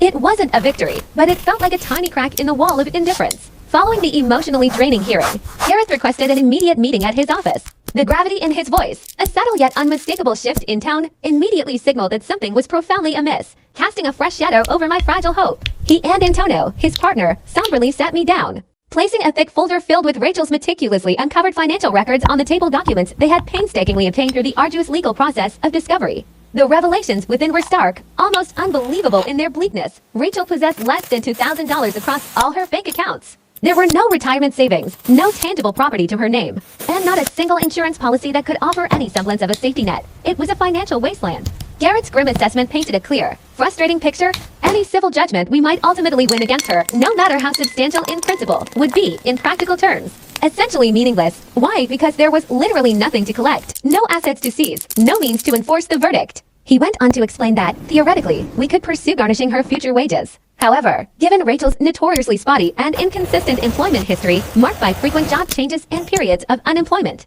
Gareth soberly warned that this avenue would likely translate into years, perhaps even a lifetime of waiting, only to collect mere pennies on the dollar, a Sisyphean task. Looking them both squarely in the eye, I affirmed, I don't care about the money, not 1 cent. All I truly want, all I relentlessly pursue, is to have the absolute, unvarnished truth officially recorded in a court of law. As I spoke, Antonia reached out, offering a comforting squeeze to my hand, her gentle affirmation echoing my sentiment. That, she murmured softly, is precisely the right reason to keep fighting, to keep pushing forward. My subsequent therapy session with Henrietta, which I had initially braced myself for, unexpectedly diverged into a profoundly different, more constructive path than our usual discussions. Instead of delving into the familiar landscape of my simmering anger and grief, Henrietta gently pivoted, asking a pivotal question. What truly would winning actually look like for you? Not as a fleeting revenge fantasy, but as a set of tangible, realistic, and genuinely achievable goals. It forced a reevaluation of my core motivations. For the entire hour, we engaged in an intensive, transformative exercise of redefining success. It became less about punitive measures and more about securing Rachel's inexcusable neglect officially, unequivocally documented within court records. Crucially, it also became about harnessing this tragic experience to advocate for and help create systemic policy changes, concrete safeguards that would actively protect other innocent children from similar fates. Henrietta, with her insightful guidance, helped me arrive at a profound realization. These proactive, protective measures mattered infinitely more than any satisfaction I might derive from Rachel's suffering. Haley's legacy, she eloquently argued, could become a beacon of hope, saving other vulnerable children, rather than merely serving as a catalyst for punishing her mother. An act that felt increasingly hollow. When I finally left Henrietta's office that day, a peculiar sense of lightness enveloped me. It was as if I had unknowingly been burdened by a heavy collection of emotional rocks, stones of anger and retribution, that I suddenly realized I no longer needed, or perhaps never truly needed to carry. 2 agonizing weeks later, the quiet calm was shattered once more when Damon Hunt, the prosecutor, called again, delivering news so profoundly infuriating it made every fiber of my being want to hurl my phone against the nearest wall in sheer disbelief. His words felt like a cruel joke. He was offering Rachel a plea deal. The charge, a mere misdemeanor child endangerment. The proposed punishment, a paltry 2 years of probation, coupled with mandatory addiction treatment and a modest 200 hours of community service. No jail time, no felony record. It was, to my burning indignation, nothing more than a perfunctory slap on the wrist, a dismissive gesture for the incomprehensible act of letting our precious daughter die. How could the justice system be so blind, so lenient? Gareth, sensing my explosive outrage, had to painstakingly talk me down from the precipice of despair and anger. He patiently explained the strategic intricacies. If Rachel were to accept this seemingly lenient deal, she would, by definition, be formally admitting guilt to child endangerment. This admission, he emphasized, would become a powerful, undeniable piece of evidence we could then wield decisively in our ongoing civil trial. This isn't checkers, he stressed, his voice firm yet understanding. It's a complex game of chess. We absolutely need to think not just one, but 3 moves ahead, anticipating every potential outcome and exploiting every tactical advantage. Gareth and Antonia, embodying their roles as meticulous legal architects, dedicated an entire afternoon to this strategic puzzle. Their conference table became a war room buried under stacks of weighty law books and a constellation of open laptops. As they meticulously charted out precisely how to transform Rachel's criminal plea into an unassailable piece of ammunition for our civil case, they patiently elucidated the legal mechanism. Once Rachel formally admitted to child endangerment in the criminal court, a critical domino would fall. She would then, by operation of law, be legally barred from denying liability in the civil court proceedings. The door to her evasion would be slammed shut. It's called collateral estoppel, or something to that effect, Gareth clarified, simplifying the dense legal jargon. Essentially, it means she would be legally compelled forced, in plain language, to admit her wrongdoing, her culpability, and accept responsibility for her actions. This, they explained, was the game changer. We could leverage her guilty plea to virtually guarantee a favorable verdict in our civil case. What Rachel intended as a cunning maneuver to sidestep serious criminal charges would, ironically, be transformed into an irrefutable confession. A potent weapon we could deploy to finally secure justice for Haley. While the intricate legal strategy undeniably felt smart, even ingenious, it was also profoundly exhausting. Every step, every tactical decision, demanded immense planning and an almost superhuman level of patience. All I truly wanted, in the depths of my being, was for someone, anyone, to simply and unequivocally acknowledge the devastating, undeniable truth that Rachel, through her negligence, had killed our daughter. Was that too much to ask? 2 long, grueling months after officially filing the lawsuit, the day finally arrived for settlement negotiations. We met Rachel and Edward in a neutral mediator's office downtown, the air thick with unspoken tension, a palpable unease. For 4 arduous hours, the mediator, a patient but ultimately frustrated professional, labored tirelessly, employing every technique in her arsenal to coax Rachel into accepting even the smallest shred of responsibility for her actions. Yet, Rachel remained utterly unyielding, stubbornly, even defiantly, insisting that she was, in fact, the true victim in this entire tragic saga. She actually uttered those chilling, self-serving words, her gaze unwavering, while sitting mere feet across the table from me. The grief-stricken father of the child whose life she had so carelessly, so negligently, allowed to slip away. The sheer audacity was staggering. Edward, visibly exasperated, repeatedly attempted to steer the conversation back towards the practicalities of settlement amounts, towards some semblance of a resolution. But each time, Rachel would abruptly interrupt, launching into another self-pitying monologue, passionately explaining, yet again, how absolutely none of this crushing tragedy was her fault. Finally, with a sigh that spoke volumes, the mediator threw up her hands, declaring the session utterly hopeless.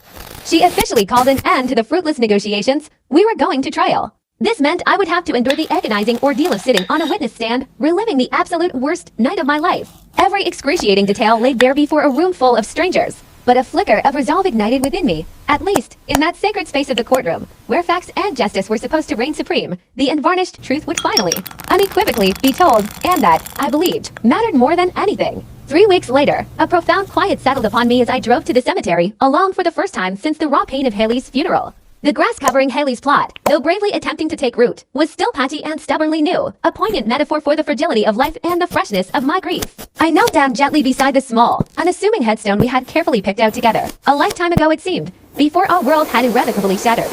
My fingers slowly, tenderly traced the etched letters of her name, and in that quiet, hallowed space, I made a silent vow to her. I would get justice, my precious girl, but I would not, could not, allow the pursuit of it to utterly destroy me in the process. This was a crucial distinction, a promise to both her and myself. The relentless, consuming anger that had smoldered and burned in my chest for months, a scorching inferno threatening to engulf me, felt remarkably different in that sacred place. It was less like an uncontrollable fire and more like a cold, unwavering determination, a steel-hard resolve forged in sorrow, but focused and clear. I remained by her side until the sun began its slow, melancholic descent, casting long shadows across the graves. Then, driving home with a newfound clarity, I immediately called Henrietta to schedule additional therapy sessions. I knew, acutely, that I needed her unwavering guidance to keep my focus laser-sharp on the meticulous, often frustrating, legal channels, to fortify my mind against the insidious dark thoughts that, like unwelcome shadows, persistently threatened to creep back in and consume me. Another 2 long, drawn-out months crawled by, each day a test of endurance, before the civil trial finally, mercifully, commenced. On that pivotal first morning, I took my seat directly behind Gareth, my gaze fixed on the courtroom door as the jury slowly, solemnly, filed in. 12 strangers, their faces a mixture of curiosity and apprehension, now held the profound responsibility of deciding whether Rachel, beyond a reasonable doubt in this context, was indeed legally responsible for the tragic and timely death of our beloved daughter. The very first witness called to the stand was the paramedic who had responded. The distraught parent who hosted the fateful sleepover took the stand first, their voice thick with an unshakable grief that resonated through the hushed courtroom. They recounted the harrowing scene upon their arrival. Haley's condition was alarmingly critical, her small body already succumbing. Her blood sugar levels so astronomically high that their home medical equipment couldn't even register a reading, a stark, terrifying indicator of imminent danger. With palpable desperation, they described how they had repeatedly, frantically, begged Rachel to bring the life-saving insulin. As they spoke of watching Haley slip deeper and deeper into the silent abyss of unconsciousness, their voice finally cracked, fracturing under the immense weight of that agonizing weight while Haley's mother, oblivious or indifferent, lingered at the casino. Next, the ICU doctor, a figure of calm authority, stepped forward.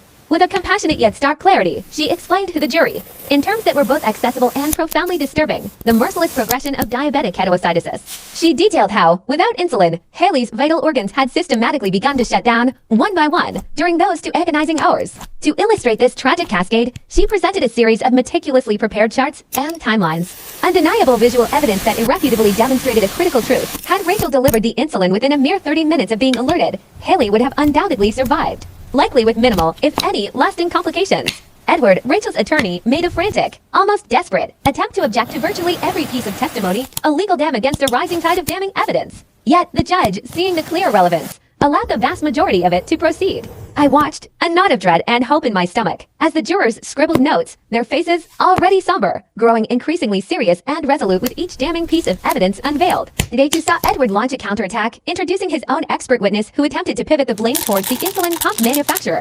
This expert claimed the device had inexplicably failed, providing no proper warning of its malfunction. But Gareth, with his characteristic foresight and meticulous preparation, had anticipated this defensive maneuver. Our medical expert, a vision of professionalism, then expertly guided the jury through the intricate, cold hard data logs of the pump itself. The screens glowed, revealing an undeniable truth. The device hadn't failed silently, it had, in fact, relentlessly sent out a staggering 17 distinct alerts over a continuous 40-minute period before its final, complete shutdown. The expert painstakingly explained how these persistent alerts weren't ambiguous. They specifically, unequivocally instructed users to immediately switch to backup insulin supplies. I witnessed several jurors, their expressions shifting from concern to quiet conviction, not in unison when he pointed out, with unwavering certainty, that any truly responsible caregiver would have had such backup supplies readily available and within reach. On the third day, the courtroom held its breath as Rachel herself took the stand. Watching her attempt to summon tears that simply refused to materialize, her face a mask of feigned distress.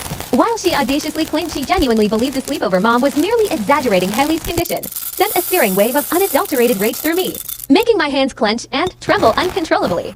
Then, almost unbelievably, she delivered a statement that shocked the entire room into stunned silence. She actually asserted that she had indeed planned to leave the casino after playing just one more hand, but my subsequent phone call, she contended, had distracted her, causing her to lose money. This loss, she insisted, then necessitated her staying longer to win it back. A collective gasp echoed through the courtroom, one juror audibly drawing in a sharp breath of disbelief, while another, with a visible shudder of disgust, shook her head slowly, unable to conceal her revulsion. After the fervent closing arguments from both sides, the jury retreated to deliberate. The 4 hours that stretched before us felt like an eternity, an agonizing passage of time longer than the entire trial combined, each minute a slow, torturous trip. When they finally returned, a palpable tension filled the air. The foreman stood, his voice clear and deliberate, and read the verdict.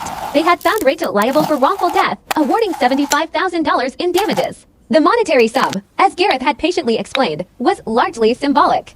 Rachel had no discernible assets to collect. But the profound significance lay not in the dollars, but in the resounding, official declaration from 12 impartial individuals that Rachel, through her egregious negligence, was unequivocally responsible for Haley's death. That pronouncement meant everything. Upon hearing the verdict, Rachel's face drained of all color, turning a ghastly white.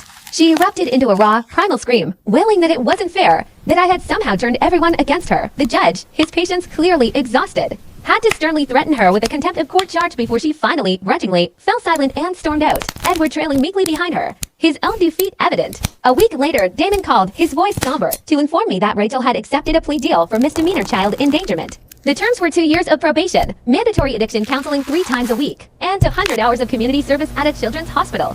My initial, visceral reaction was to scream, to rail against the seeming leniency of it, to demand she be locked away in prison. But Gareth, ever the voice of reason, gently reminded me of the enduring victory.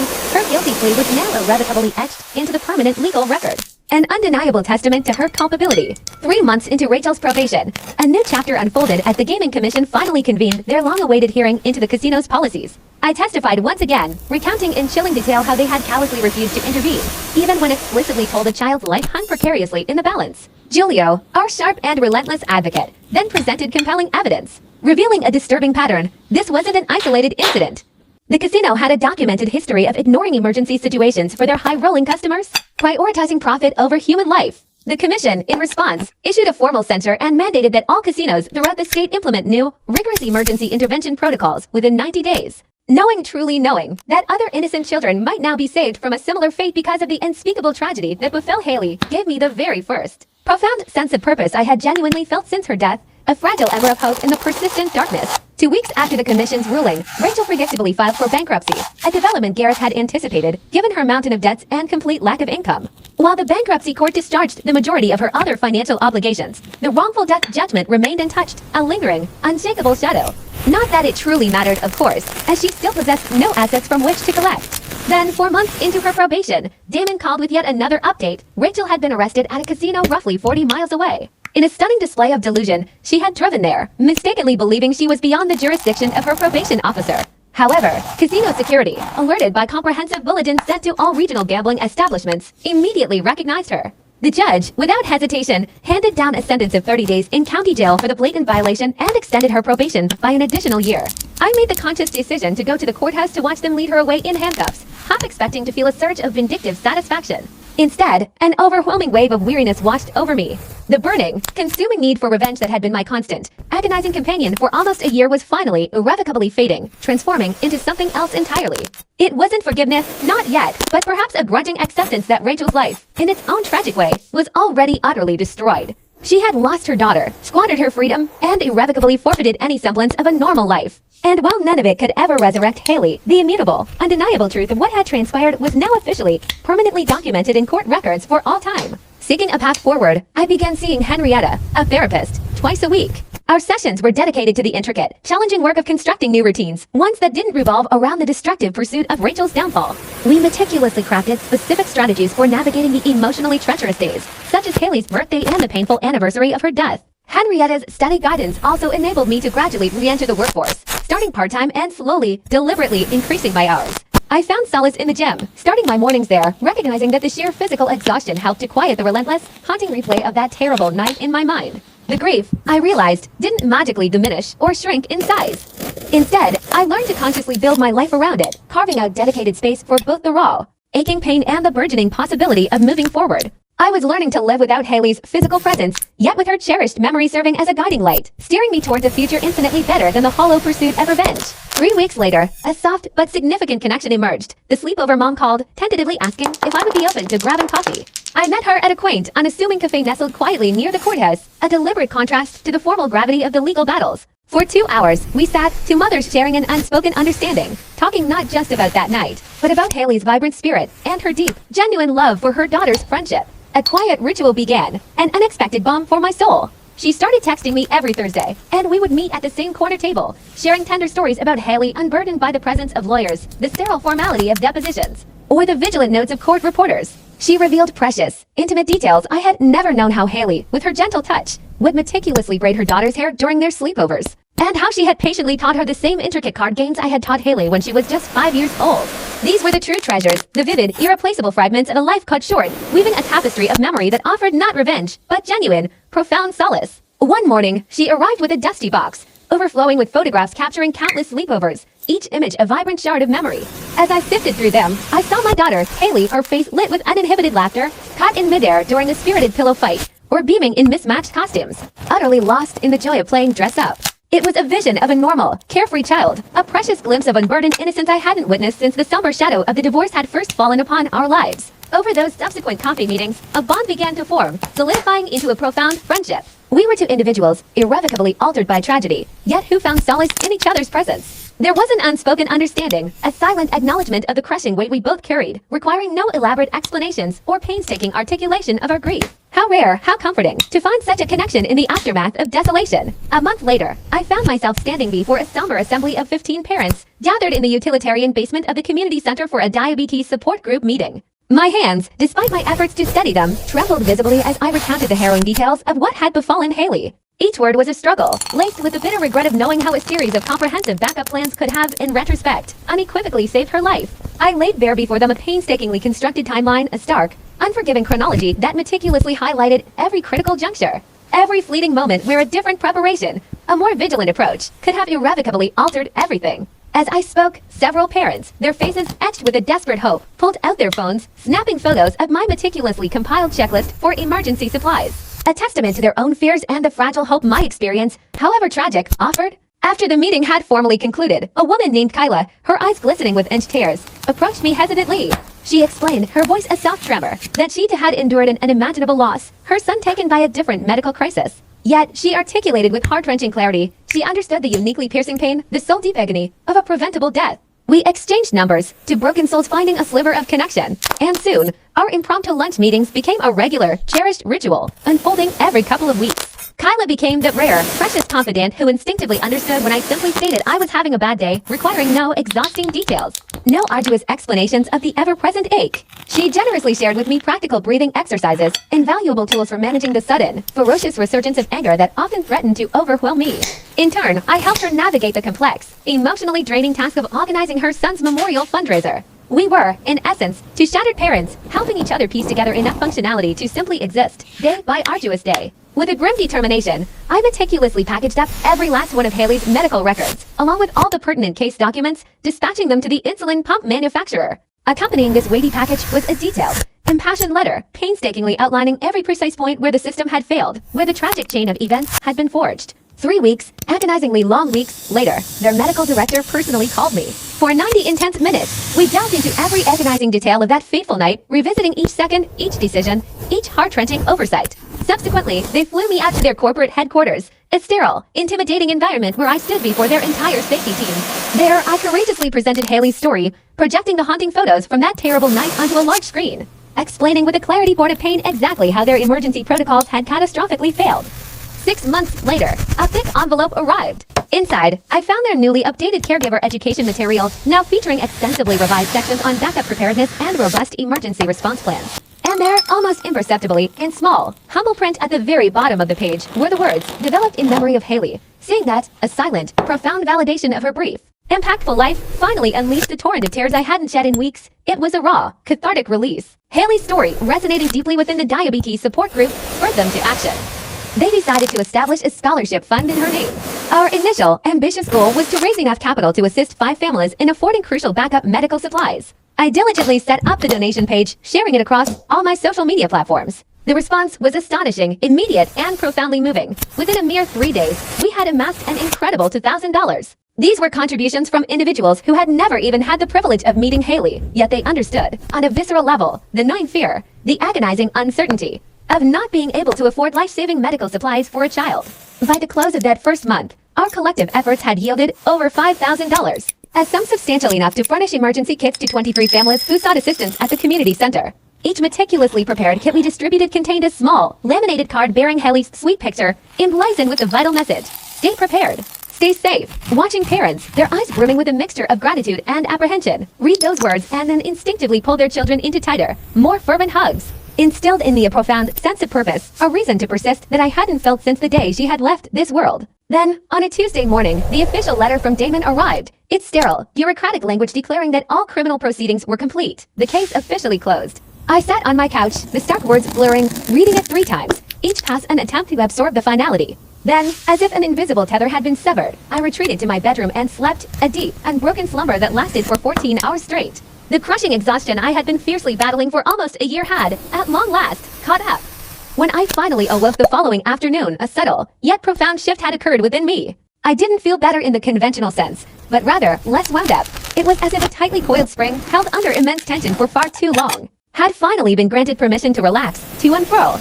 That night, I slept a full 8 hours without stirring once. There were no horrifying nightmares of that bathroom floor, no agonizing replays of frantic phone calls. Just a deep, empty, restorative sleep that my body had so desperately craved. 3 days later, while engaged in the mundane task of grocery shopping, I turned into the cereal aisle. And there she was, Rachel, standing frozen, clutching a box of Haley's favorite brand. She looked diminished somehow, smaller, her once signature designer clothes replaced by faded sweatpants and an old, threadbare t-shirt. Her face was hollow, etched with a profound weariness. She saw me, her eyes widening, and began to walk toward me, her mouth parting as if to speak. But I simply, almost instinctively, turned my cart around and quietly navigated to the next aisle, uttering not a single word. My hands, surprisingly, weren't shaking, nor was my heart racing. There was simply nothing left to say to her. And that quiet, unwavering self-control, that profound sense of emotional detachment, felt like the most significant victory I had achieved throughout this entire excruciating process. I passed her again at the checkout. She was openly weeping now, her shoulders shaking. Yet, I merely paid for my groceries and left. No flicker of anger, no surge of satisfaction, just an overwhelming sense of being utterly, irrevocably done. 2 weeks after that unexpected grocery store encounter, I began to write. Late at night, when sleep remained elusive, I would type out the entire story, from its devastating genesis, on my laptop. Getting it all out, every raw emotion, every painful detail, helped me to discern the tortuous path from that first horrifying phone call to where I stood now, a journey from pure, unadulterated rage to something far more constructive, something genuinely useful. The pain, of course, was still there, as sharp and visceral as ever, particularly when my thoughts inevitably drifted to Haley's last, fleeting hours. But the act of writing helped me to understand the profound transformation within myself. How I had evolved from wanting to utterly destroy Rachel to an overriding, protective desire to safeguard other children. Each page I wrote felt akin to meticulously organizing the chaotic maelstrom swirling in my head, shaping it into something coherent, something that made sense, and perhaps, something that could offer a beacon of hope or practical guidance to other parents navigating a similar, unimaginable hell. This very morning, I carefully loaded my car with 30 emergency supply packages, each one meticulously assembled using a portion of the scholarship money. Each package was a potential lifeline, containing essential glucose tablets, life-saving glucagon kits, and clearly laminated instruction cards for diabetes emergencies. I then drove to 5 different community centers scattered across the city, delivering 6 packages to each. My instructions were clear. Ensure these vital supplies remained readily accessible for any child who might desperately need them. Every single package bore a bright, unmissable orange label that declared, "In memory of Haley, be prepared," followed by the emergency hotline number and basic, easy-to-understand instructions for recognizing a diabetic crisis. The final delivery brought me to the community center where Haley herself had once taken art classes. The director, her eyes immediately recognizing the name, remembered Haley and openly wept as I explained the purpose of my quiet mission. This profound, quiet work of actively preventing other tragedies, of turning my personal devastation into a shield for others, felt infinitely more meaningful, more impactful, than any revenge I had ever conjured in those early, dark days of grief. And I knew, with an unwavering certainty, that Haley would be immensely proud of her dad for choosing to help, for choosing to heal, instead of merely hurting. And with that, my story, my purpose, continues. This invaluable shared experience has truly made it for me today. My deepest appreciation goes out to each and every one of you who not only hung out but actively engaged, fearlessly questioning concepts and challenging perspectives right alongside me. Isn't it profoundly invigorating to dissect complex ideas, to venture beyond the surface, and to feel the collective thrill of intellectual pursuit? What begins as a mere broadcast unfailingly transforms into a real, unfolding journey, a rich tapestry of insights woven together by our shared curiosity and diverse viewpoints. We navigate winding paths of thought, decipher perplexing ambiguities, and uncover fresh revelations, making each session not just an absorption of facts, but a genuine quest for deeper understanding. If this spirit of collaborative exploration, this drive to delve into the nuanced layers of our world, and the opportunity to be part of a community that champions thoughtful inquiry resonates deeply with your own intellectual appetite, then I wholeheartedly encourage you to subscribe for more immersive content like what we've just experienced. Expect future dialogues that don't just spark conversation, but ignite profound thought and forge stronger connections among us.